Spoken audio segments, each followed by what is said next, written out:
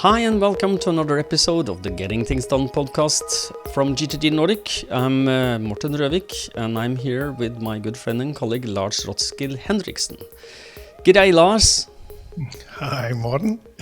Good as always to see you and looking forward to recording another episode for our listeners and viewers. The purpose of this podcast is to help you learn GTD or become even better GTDers. So we hope that this episode also supports you in that. If it does, we always love to hear from you. And if you're new to GTD, we recommend you go back and listen to episodes 1 through 6 to get an introduction to the basics of getting things done. This is episode number 63 of this podcast series. And today we'll be talking about a critical part of doing GTD. Yeah, we call this Simplify Your GTD as a tagline to get you to listen to this, because it's very important that you actually don't overcomplicate your GTD, both your own practice and the system. And that is our topic for today. So before we started, Lars, you talked about some of your coaching clients that have had some specific challenges with their GTD system specifically. But you know, the system becomes what it becomes after you do your GTD with it. So maybe that's a good place to start. Yeah, that's really where this topic came from. So as always, we brainstorm what we'd like to talk about in these episodes. And what was top of mind for me was that I had over the last few days have been working with different coaching clients, and this sort of seemed to be a common theme, not necessarily because they were all seasoned GTDers and had overcomplicated their systems at all, but just in building a system that is appropriate for the person. I think that is where we're aiming with this episode, or at least that's the starting point. Let's see where we go.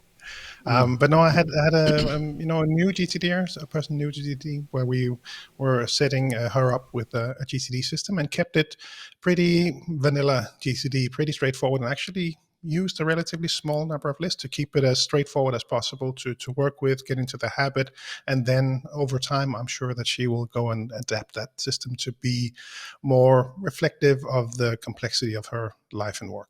So that was really the starting point there. It was good to set her up with a straightforward system that was easy to use, easy to move forward with right away with the limited experience that she had with GTD at that time. And then earlier this week, actually, I worked with 2 different coaching clients as well, virtual coaching sessions on the same day. And in both cases, the topic revolved around simplifying and working with the right number of lists. So having the right number of next actions list, for example, was a key topic in both, and having an appropriate place to park the different things that they need to have in their system. And one of the outcomes was to take one of their lists and really split it up into a more smaller list that was easier for them to work with. So thought this was a good starting point and a good reminder to all of the seasoned GTDers out there that there may be this might be a good time to actually pause and reflect on their own list, their own practice, and see how that might be simplified. Indeed. I suggest we just take a step back first and then talk about what is a well-functioning. What's the nature of a well-functioning GTD system? So, what would your answer to that question be? Well, my starting point would be that it would be as easy as possible to work on the right things at the right time. That it's easy to open up your systems. You're attracted to the list. It's easy to open up, find the right things, move forward on them. That's, I think, the starting point for me. I don't know. What would you say? I would say some of the exact same words. I think one of the keys that you might want to focus on when you work on your list is does the list attract you or repel you? So are you attracted to them or are you repelled? And if you feel that, oh, no, I don't want to look at my list, I don't feel good about them, that's a very high likelihood that you're not appropriately engaged with them, or you put the wrong things on them, or you've not done, your clarify and organize in a good manner. But even if you do your GTD well, the GTD practice when it comes to clarify and organize and reviewing your list, it is possible to overcommit oneself so that you get too much on your list, and that will make you repel your lists. You're not attracted to them. So, where would you like to start unravel this Well, subject? I thought to zoom in as much as possible and then zoom out from there. So zooming Mm, all the way in would be to review the calendar and next actions list and what's on those lists, maybe mm, as a starting point. Not even the lists themselves, but actually what do you have on those lists? mm, Because as an example again from coaching, and I do catch myself sometimes doing this as well, is that I'll write out a next action, for example, on that list, and then not admit to myself that we have a project here. So I will mm, write that, and it's often easy for me to catch on those lists, and I've seen this on other people's lists as well, that you will sit there and then you had the next action, and then you might add a dash, and then just a few next actions after that, or some mm, kind of finish line that you describe, or in the mm, notes field you will add a lot of detail in there, which typically is an example of something that probably should be converted to a project. mm, But really, overall, taking that step back and looking at those lists, are they all next actions? Are they the right next actions? Has something changed that you need to do something differently? Should we mm, take some things, again, as an example from recent coaching, took some things from an agenda list that were mm, sort of stale on that list and really didn't get to them. Actually, the next action was really more to walk over there and have a quick chat next time at the office, or actually this should be a call instead so we can move mm, forward on these things. So otherwise they would be staying on those lists. So really reflecting on the contents of those actions lists and make mm, sure that they are easy to work with. I think that's a good reflection to do to make sure that the system is as easy to use as possible and mm, the right level of simplicity for you. mm. And one of the things that I see when in coachings is that when you are, a more or less seasoned GTDer, you've been doing this for a while, but you've not visited your higher horizons, Mm, where you kind of, you take a step back and ask yourself, what's important in my life? What's the purpose of my life? What do I want my life to look like? What's my vision for my life? What my perceived purpose? And then maybe you will find that, okay, I want to make sure that I take care of me, that I have good days at work. You're not, I want to be on top of my work. I don't want to be buried in work. If those reflections come, then they will force you to simplify your system. And I'm talking about a sheer volume that you can commit to when you are fresh with GTD and get the 5 mm, steps. It's kind of like you get into that Ferrari and it really moves fast. And when it really moves fast, it's very, it's scary, but it's also fun because it's you understand that you produce a lot more than before, and it's at the same time it's a thrilling experience. But at mm. some point, you understand that now I'm moving a little too much onto my, you get a little too much volume in your next actions lists. And that's where you have to scale back and simplify what's on the lists. Mm. Yep. And one of the things we've been discussing before is something that's not. I would say that it's not I think it is in the books of David, but it's not professed very clearly in the seminars and some of the material. But the projects on hold lists, Mm. as in between your projects lists and the someday maybe list, is a good place to park things. We talked about the combine harvester, my analogy of if you have too wide a cutting blade for your combine harvester, you will move very slowly on too many projects and you will not finish any projects, and you will feel so just make your the cutter narrower so that you move faster and finish projects, because finishing projects is important. Some of the Mm. projects are long toothed in that manner that it will take a long time, because it's not only you finishing them off, you need to, your other people are involved, but some projects you are responsible for, and when you finish them off your list, it feels good as well. Mm. You are Yeah. more attracted to your lists again. Yeah. So simplifying by moving, if you understand I have overcommitted myself, and moving them on hold, and then if necessary and renegotiate that commitment with Mm. someone. Said, okay, now I have to renegotiate this commitment with you because I need to finish some of the other projects first. It's not forgotten, but I will not work on this the next 3 weeks, just for your information. And No, I that's a think, great point to make, and that really also, I love how that, all the different horizons of focus in GTD, how they play together. So even though you zoom now all the way out, coming back all the way down again to the next actions list will then reflect on what you would find even higher up in those horizons of focus. And yeah, it all is important to make sure that you have the right things on your list. so I will give you the opportunity to zoom in again on, on something. Yeah, no, but it's a good point to make that we really these all play together, and what's on those lists can really change up a lot. I have a good friend and coaching client as well that I work with, where he's an entrepreneur, has multiple businesses that he runs, and when we worked together a few years back, he sold off some things, closed down some things, and he just did it recently again, following a talk that we had that, there's just too many things on his lists, and wanted to focus on the things that actually made sense for him, was fun to do, things that made money for him. So it really is a good point to make.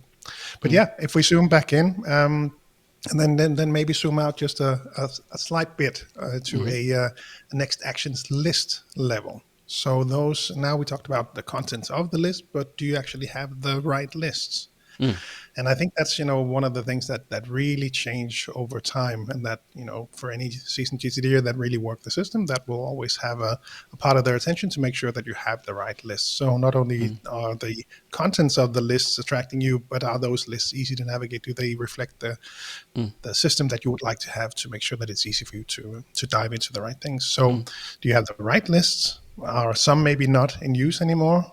That's an easy one for me to pick out. And, I don't see any number on that list, so I can easily go in there and maybe remove that and add it if I need it at some point again. So that was the first thing. And then, are there too many things on those lists? Because I saw that recently in coaching as well, that, reflecting on, so why are there so many things on there? And again, like you said earlier, sometimes there will be busy periods, and maybe there are many things that we need to have active on those lists right now. But if not, do you have the right lists? Are they appropriate for you to work with? Can we split up those lists to make more sense for you? And typically, I don't know what your experience is, Morten, but my experience is that it's typically relatively easy to actually, once you take that perspective, to look at your list, to walk through and see if there are any sort of natural groupings in those lists. So let's say an example from a recent virtual coaching session for me was that we had the computer list. And the computer list is probably the most common one these days to have a lot of things on those lists. Yep. So he had, in his case, 20-something on that list. And for him, that was too many. Again, this number differs from person to person. I can certainly relate. I don't want to see too many things on that single list either. It's hard for me to navigate. So we looked at that list and looked through, so what's on that list? And I don't think I said much. I just asked, so are there any sort of natural groupings? And it just, took him 2 seconds to see, what, those 5 are actually related to this piece of software. So when I'm logged in there, I might as well, have that list to work from. Yep. So an easy way for him to just split that list, and then the computer dash software name, move some things over to that list. And then, okay, so now we're down below 20, and then we did another round. Right, that's actually, that makes sense for me to move them there. And then we were down to less than 10 on all of his lists. And for him, that was a good number to aim for, that it wasn't overwhelming for him to look at. One of the things I've also found is, that you can make, if you're on PC and you want to split that up a little, is to, as you mentioned, go for, program specific lists, like at PowerPoint or at this program, but also another way to look at this is that if you have, like say you have routines you have to maintain, you have some reporting or some I don't know, travel expense you have to do that you really need time to do, and that is rhythmical. and you can't avoid it. Why wouldn't you look at putting that in the calendar so you can get it off at your lists, and then if you then find you will have to do some more reporting, or you want to, some things fills up, you can put that in the comments field of the in the calendar appointment with yourself. And that is also a way that you can beat procrastination. I talked before that I'm getting more and more into my calendar, because if it is in the calendar, it increases the likelihood that I will not procrastinate it. But this is a slippery slope, that if your calendar is full, don't try to make it even fuller. You have to have some air in the calendar. But if you see that there are some things that you prefer not to do, because you don't like these things, but you have to do them, then that might be a good place to put them, put them in the calendar. A good reason to put them in the calendar. So exactly. And that will also then simplify your list, but also simplify your engagement with them when you get to the engage step. So yeah, exactly. No, so those lists, and obviously those are lists that you would work on a daily basis. So there's probably value in investing some effort in having the right list for you. So it just makes work so much easier when you sit down to work from your list. Yeah, and one thing that strikes me now as something we might mention, because there is a lot of people that I meet that are looking at GTD from the more traditional project management perspective, where, and with that I mean that when they plan a project, they want to have as many next actions they can regarding that project, and that is what we call, there's a reason why we call it a next action and not all the next actions, or all the possible next steps. Is because of when you put that on let's say that you put something on a PC list that's regarding one project 1, and then you have 4 or 5 next actions for that same project on the PC list, then you have to choose which one is most important right now. And not doing that helps you to pick. You must make that decision in advance when you do your clarifying and organizing. What is the first thing I need to get done here? And if you feel like, I need all 5 of them done, then set aside some time to do that. Put it in the calendar, and then just tick them off as you go through, for if you need more speed. But if you, because I see that, and that that the people are looking at their lists and they get overwhelmed, and I go, no, Sherlock. You put a lot of stuff there that doesn't belong there, because and this is where getting things done differs from a lot of other potential things you might want to engage in when it comes to managing your attention, is that getting things done tells you that there is you should clarify and organize in advance to make it easier when you engage, so you don't have to think. You just have to choose. You don't have to decide. You just choose from your menu. And imagine that when you are you have some free time. You look in your calendar. I don't have any appointment for the next half hour, 1 hour.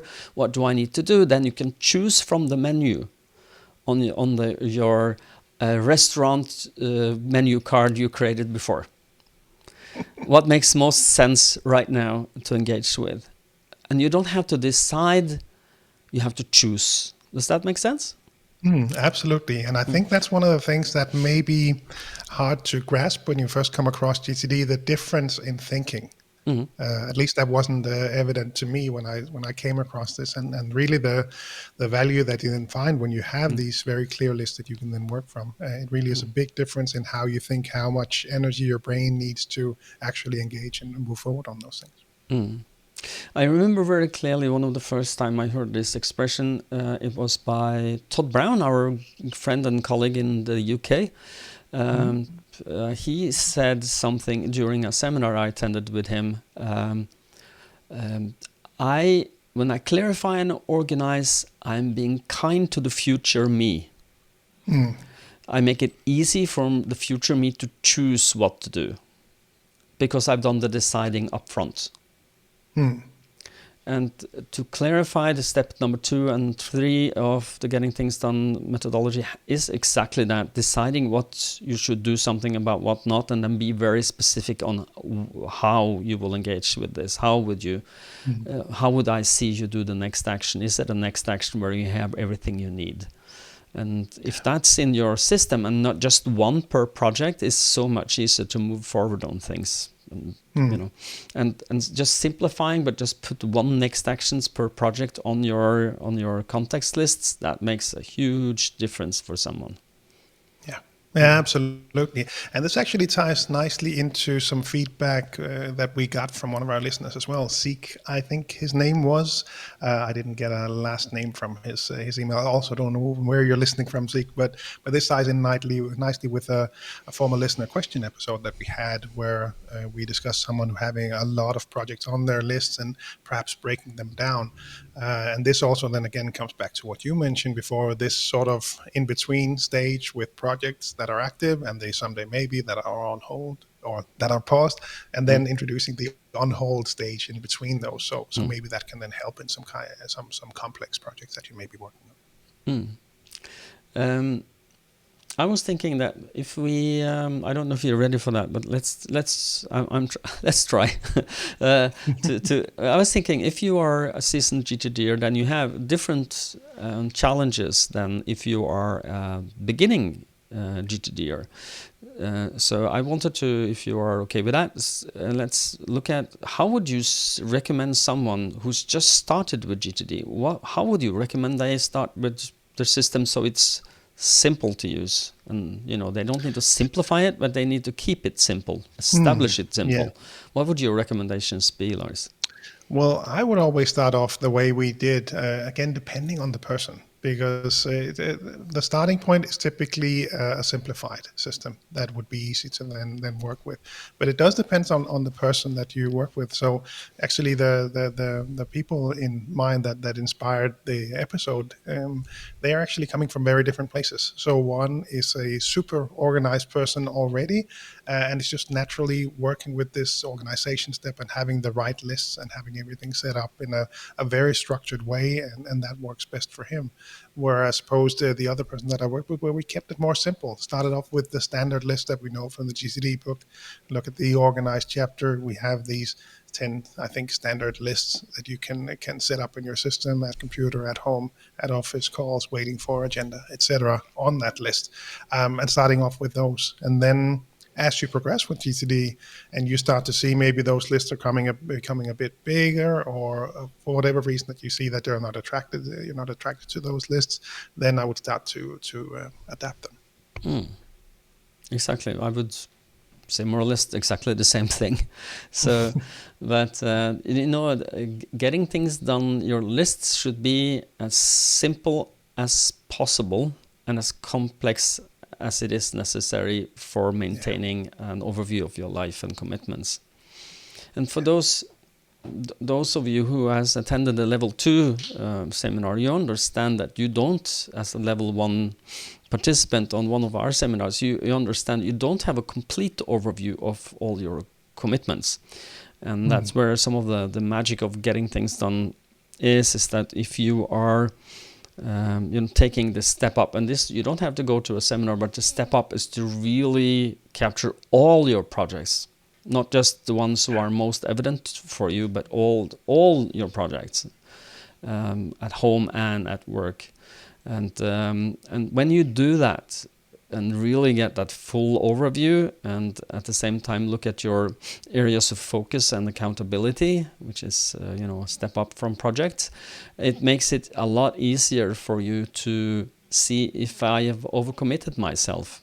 Do I have actually too much to do? Do I have too much areas of responsibility that I need to maintain to feel good about my work? And if a lot of the people that we meet when we coach and when we train are overcommitted, they are people with a conscience. They would like and if you're then a time optimist and a perfectionist on the top, you're very typical. So if you're listening to this, welcome to the club.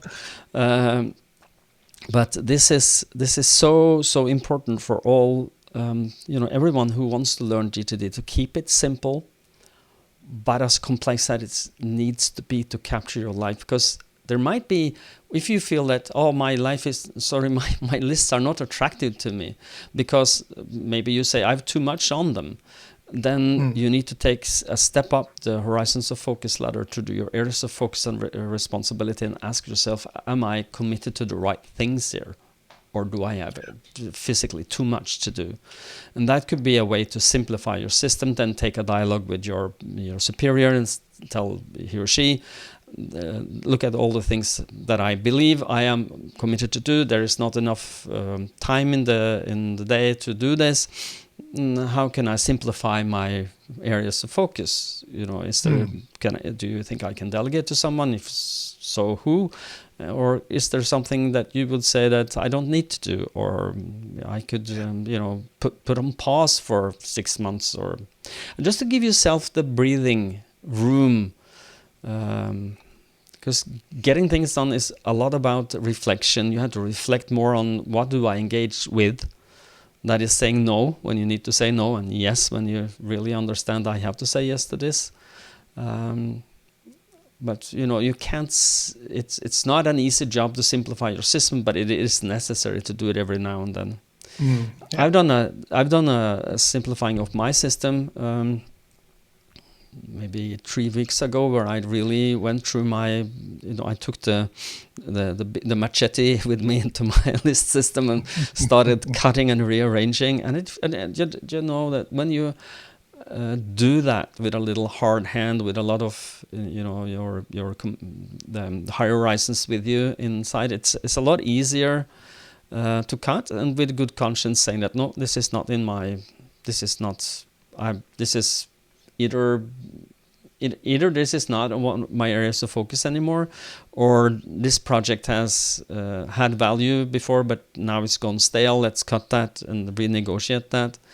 And just doing that, cleaning up. I think David says all the time that when you don't know what to do, clean up.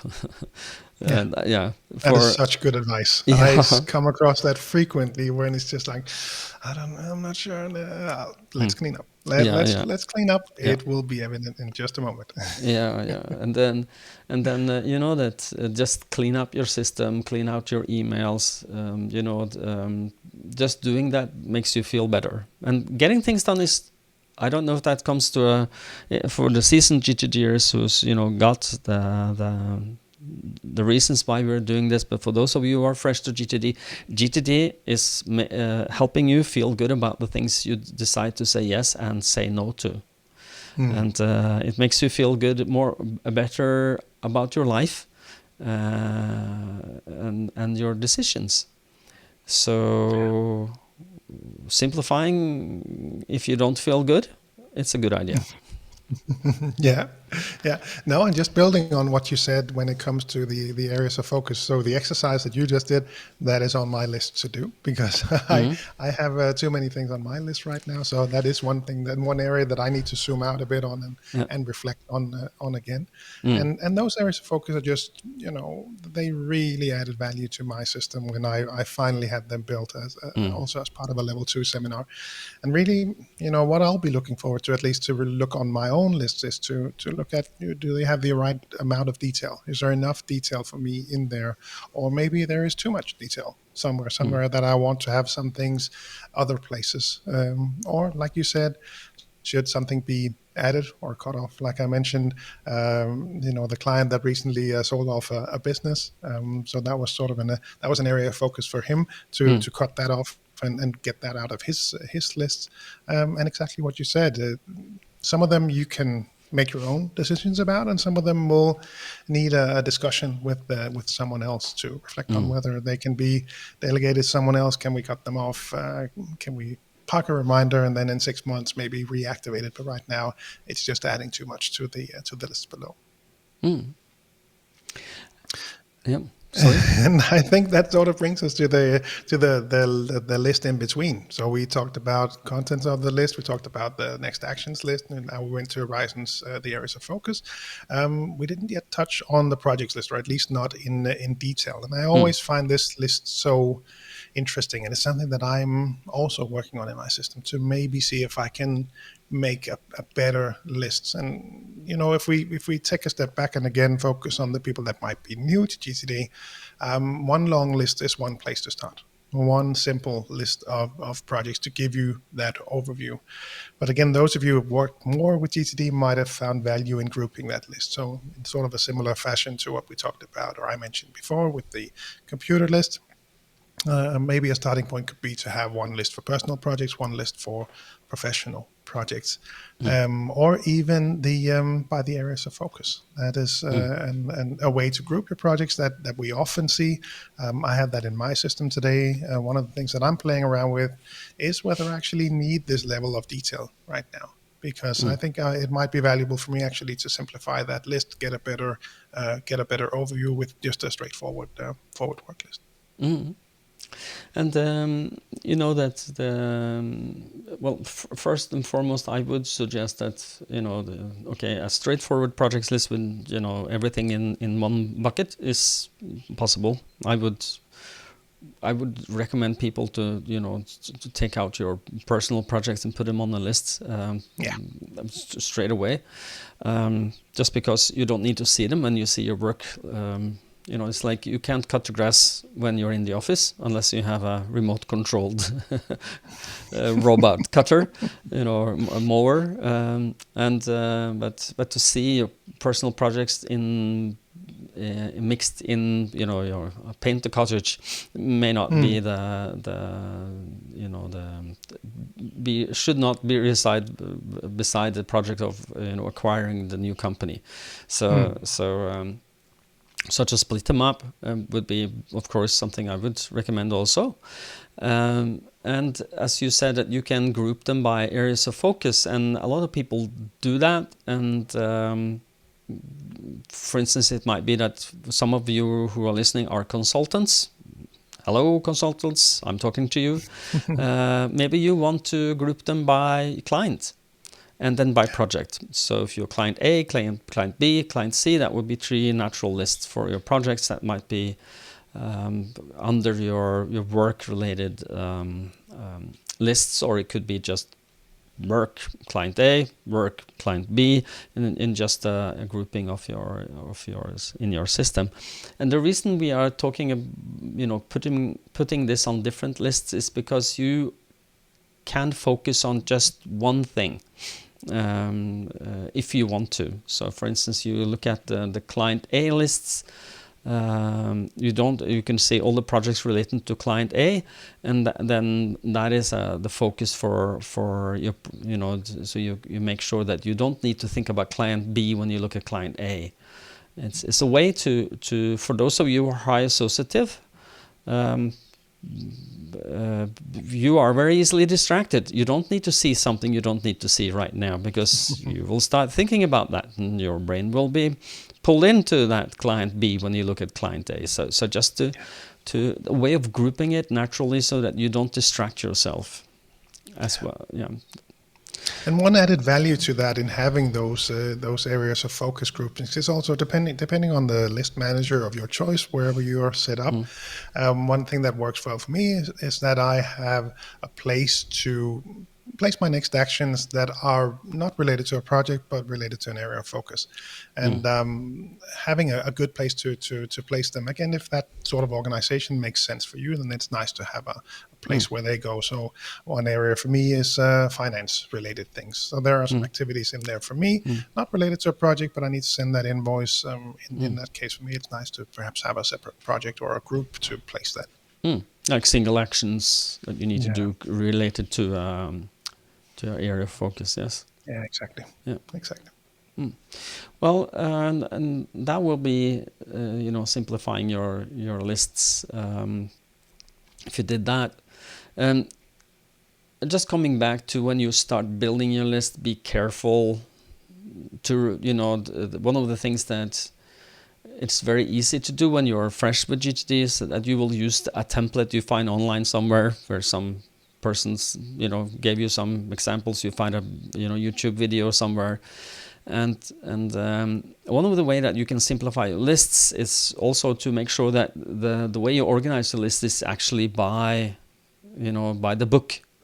And with that, I mean, there is many people that, unfortunately, out there who suggest something that's not GTD and they call it GTD, which is not good for you as a human being, because you will confuse yourself. So make sure that when you look at the suggested lists out there, make sure it's from David Allen related sources, so that you can be sure that what you look at is the pure thing. And then when you build your list, make sure that you don't build the lists when you don't have content on it. So make sure that when you build your list, only build it by need. And one of the things I see a lot of people do is that they make a lot of next actions lists that they never will use. So instead of building them, just don't make them. Just don't put them there. Just put them when the need arises. So if you never do something around the house, maybe you don't need it at home. I'm sure your spouse will be not very happy with you after a while.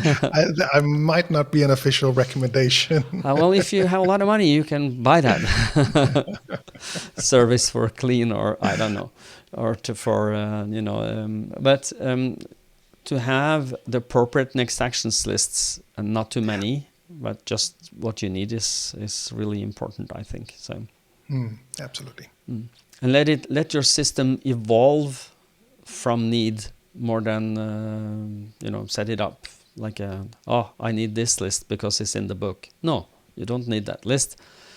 If you don't need it, you will know when you need that, and then make that list. Exactly. Any other final thoughts? I think we have more or less exhausted this topic. Yeah, no, I think we did. We sort of went through the different aspects that I thought might be worthwhile investigating, focusing on the organization and other reflections around those different lists. So hopefully this was most valuable to people out there. So unless you have something to add, we maybe want to wrap this one up. Yes. Well, Lars, take us out. Just had to give you that opportunity to say it.